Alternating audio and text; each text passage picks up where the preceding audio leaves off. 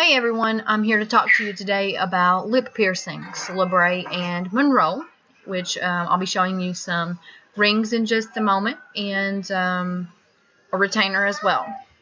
So first off, I do want to let you know that it takes about 6 to 8 weeks for the full healing time for your piercing, a little more or a little less depending on your particular body. Also, if you get multiple piercings, it might take just a little bit longer just because your body, of course, is trying to get both of them healed at the same time. Now, with your piercing, I don't advise changing it until it is healed because with the lip piercing, it is a little sensitive. Okay, so what we can do is after it heals a little while, you don't notice any inflammation or redness. There's nothing irritating it. If it's, of course, looks healthy, we can go ahead and change that for you. I don't advise that before the 4-week mark, just because it could take about that long just for it to feel like it's healed a little and recovering very well from the piercing itself. Also, with the cleaning it, there's actually 2 things that you can use to clean it. The outside of your ring, you actually want to clean with Dial anti-foaming soap. Antibacterial, I apologize, foaming soap. Now, if you can't get access to the foaming soap, you can use liquid soap. Okay, all you need to do is lather it up really well so it's really foamy. Take your Q-tip, dip it in that foam, and of course water, and go around the outside of your piercing. Okay, once you've cleaned the outside of your piercing with the antibacterial foaming soap, you can clean the inside with Listerine or mouthwash. Now, if the Listerine or mouthwash that you have is too potent, if it burns your mouth or if it irritates the ring, you can add water to dilute that so it's not as strong.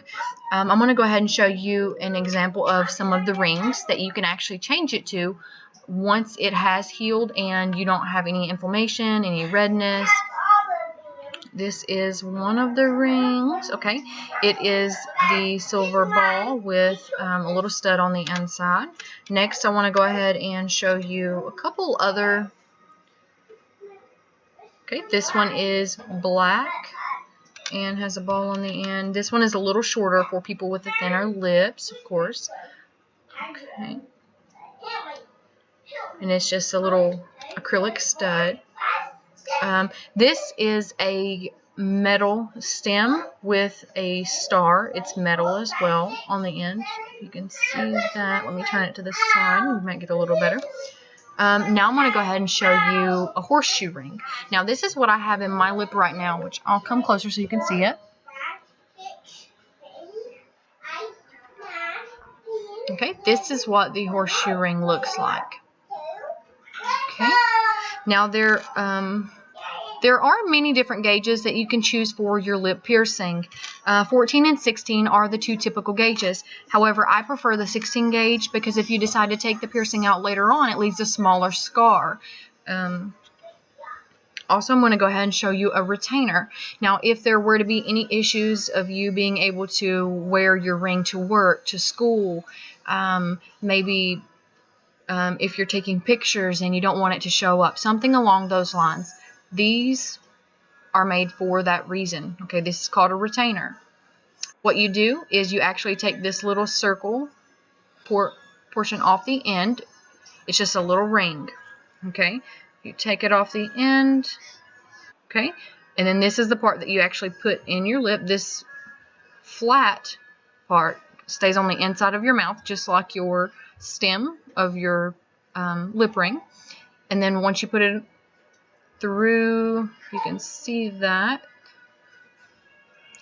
you just snap that on the end, and this retainer will of course keep your hole from healing up so you can put your lip ring back in at a later time.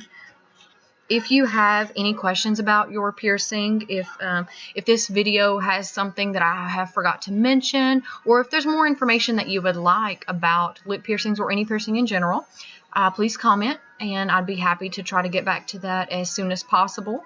And all comments are welcome, so I really appreciate it. Also, I appreciate if you would subscribe to my video.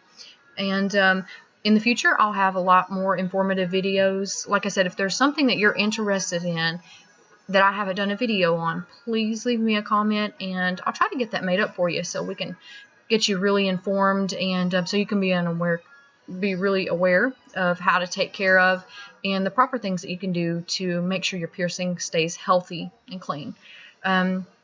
As always, make sure you have a professional do your piercing, and make sure you always wash your hands before touching anything. Continue to check the balls on any piercing you have, just to make sure they are secure and in place, because like I said, it is very easy for them to come undone and us not to notice. I appreciate your time today. I want to go ahead and thank you for that. If there's anything else I can do for you, please just comment, leave me some messages, and I'll try to get back to you as soon as possible. Thank you, and you have a wonderful day.